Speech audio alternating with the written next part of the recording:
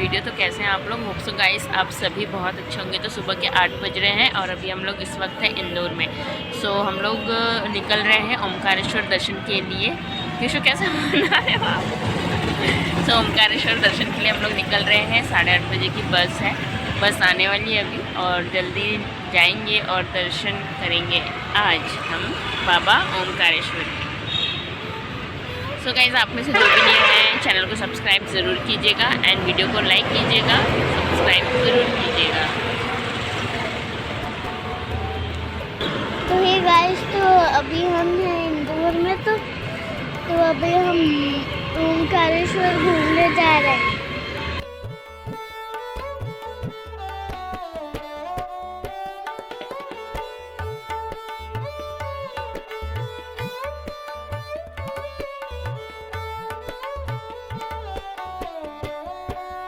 Hello everyone, Shri शिवाय नमस्तुभ्यम दोस्तों। सो कैसे हैं आप लोग? होप सो आप सभी बहुत अच्छे होंगे। जैसा कि आपने देखा कि हम लोग जा रहे हैं ओमकारेश्वर, तो यहाँ बस आ चुकी थी और हम लोग निकल चुके थे ओमकारेश्वर के लिए। सो कुछ ही किलोमीटर जाने के बाद फिर बस रुकी थी जहाँ कुछ लोगों को नाश्ता वगैरह करना था। हम लोगों ने तो नाश्ता बिल्कुल भी नहीं किया था क्योंकि मुझे होती है वोमिटिंग।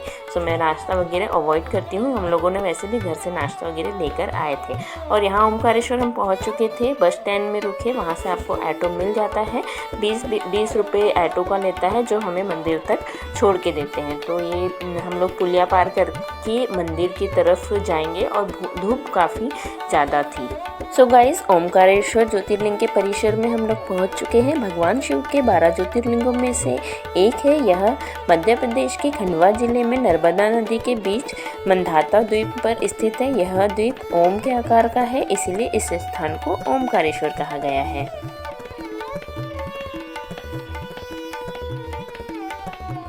Hello everyone.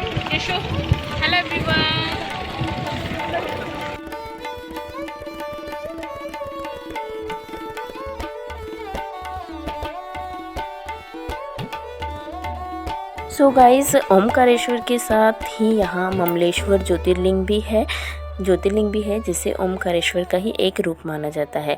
यह मंदिर हिंदुओं के लिए एक महत्वपूर्ण धार्मिक स्थल है और यहाँ हर साल बड़ी संख्या में श्रद्धालु दर्शन के लिए आते हैं।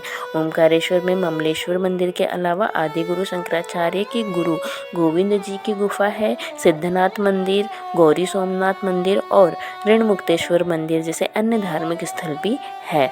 सो गाइज यहाँ ऐसा माना जाता है कि इस मंदिर में ओमकार का भौतिक रूप विद्यमान है, इसीलिए इसे ओमकारेश्वर कहा जाता है। सो यहाँ पहुँचते से ही हमें तो बहुत ज़्यादा सुकून मिला और हम लोग यहाँ पे आ चुके हैं अब नर्मदा नदी के तट पर। सो नर्मदा नदी के तट पर पहुँचे तो सबसे पहले हम लोग स्नान वगैरह करेंगे, उसके बाद जाएंगे दर्शन करने के लिए। सो अगर आप आ रहे हैं, जैसे ऑटो से अगर आप उतरते हैं और मंदिर की तरफ आते हैं, पुलिया पार करके अगर आना चाहें तो आप पुलिया पार करके आ सकते हैं। अदरवाइज़ नदी के उस पार ही नाव लगी हुई होती है जो आपको इस पार मंदिर की तरफ आपको छोड़ देती है, जिसका 50 रुपये चार्ज नाव वाले लेते हैं। और अगर आपको पूरा नदी का तट घूमना है तो संगम जो भी नदी पूरा घुमाने के चार्जेस वो लेते हैं 500 रुपये। सो यहाँ पे हम लोग स्नान वगैरह कर रहे थे और कृषु को काफ़ी मज़ा आ रहा था यहाँ पे।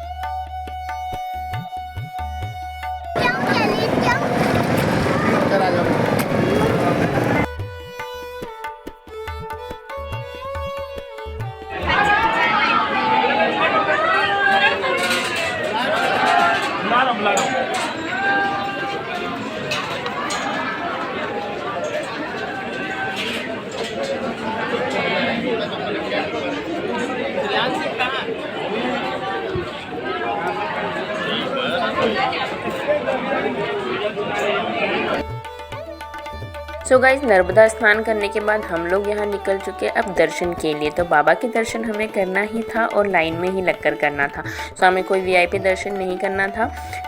कई पंडित आ रहे थे हमारे पास कि हम वीआईपी दर्शन करा देते हैं, 300 रुपये एक जन का चार्ज वो ले रहे थे।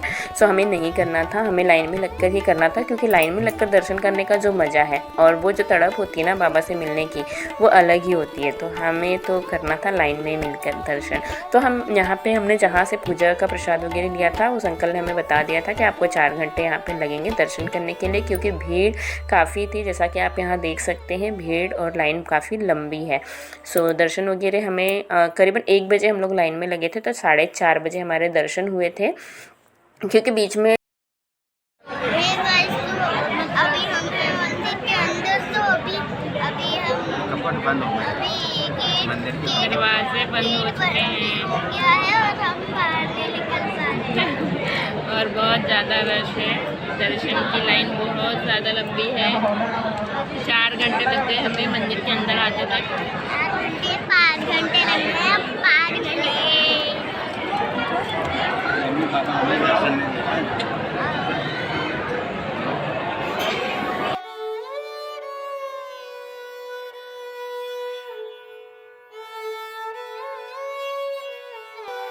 सो गाइज़ यहाँ फाइनली 4 से 5 घंटे लाइन में लगने के बाद हमारे दर्शन हो चुके हैं। और आप यहाँ देख सकते हैं नर्मदा नदी का दृश्य, जो आँखों को काफ़ी सुकून देता है। सो यह दृश्य देखकर, और शाम का समय था, मतलब शाम हो चुकी थी, हम लोगों को करीबन 4:30 बज चुके थे दर्शन करके ही, क्योंकि बीच में दरवाज़ा बंद हो चुका था, श्रृंगार कर रहे थे जब, तो वहाँ हमें आधा घंटा लग गया।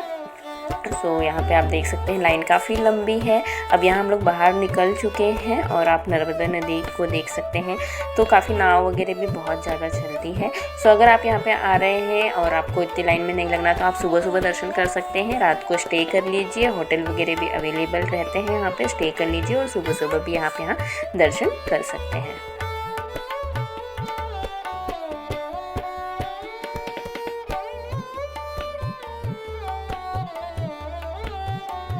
गाइस, तो अभी हमारे दर्शन वगैरह हो चुके हैं। 5:30 बज रहा है अभी, और 4 घंटे से हम लोग लाइन में लगे हुए थे, और लाइन में लगने के बाद अब जाके हमारे दर्शन हुए हैं, और दर्शन होकर हम लोग बाहर निकले हुए। तो ये पुलिया है जो यहाँ से दर्शन होने के बाद यहाँ से बाहर की तरफ जाते हैं। सो यहाँ पे हम लोगों ने फिर पिया नींबू पानी पी लिया था, क्योंकि धूप काफ़ी तेज़ थी और हम लोग 4 से 5 घंटे खड़े थे दर्शन की लाइन में। और वैसे हम लोगों ने बॉटल रख रखी थी और बीच में पानी वगैरह भी मिल रहा था वहाँ पे मंदिर में ही। भक्तों के लिए पानी वगैरह की सभी सुविधा थी, कूलर वगैरह सारे लगे हुए थे, तो इस वजह से कोई तकलीफ़ नहीं हुई है। सो यहाँ पे हम लोगों ने सोचा चलो जूस पी लेते हैं, और घर से कुछ नाश्ता वगैरह लेकर आए थे, तो बच्चे साथ में रहे तो नाश्ता भी ज़रूर रखना होता है। सो हम लोग अब निकल रहे हैं इंदौर की तरफ। तो ओमकारेश्वर से इंदौर की दूरी है 80 किलोमीटर, और इंदौर से ओमकारेश्वर आने के लिए लगता है 2 घंटे। अगर आप बस से आ रहे हैं तो 2 घंटे यहाँ पे आपको लगता है। सो गाइस, आपको ये ब्लॉग कैसा लगा आप कमेंट करके ज़रूर बताइएगा। वीडियो को लाइक कीजिएगा, चैनल को सब्सक्राइब करना बिल्कुल ना भूलिएगा, एंड कमेंट करके ज़रूर बताइएगा ब्लॉग कैसा लगा। तो यह ओमकारेश्वर नर्मदा नदी के किनारे स्थित है। ओमकारेश्वर ज्योतिर्लिंग के साथ ही ममलेश्वर ज्योतिर्लिंग भी है, जिन्हें एक ही ज्योतिर्लिंग माना जाता है। सो काफ़ी प्रसिद्ध मंदिर है, आप भी ज़रूर दर्शन करने के लिए आइए यहाँ पर। सो ओमकार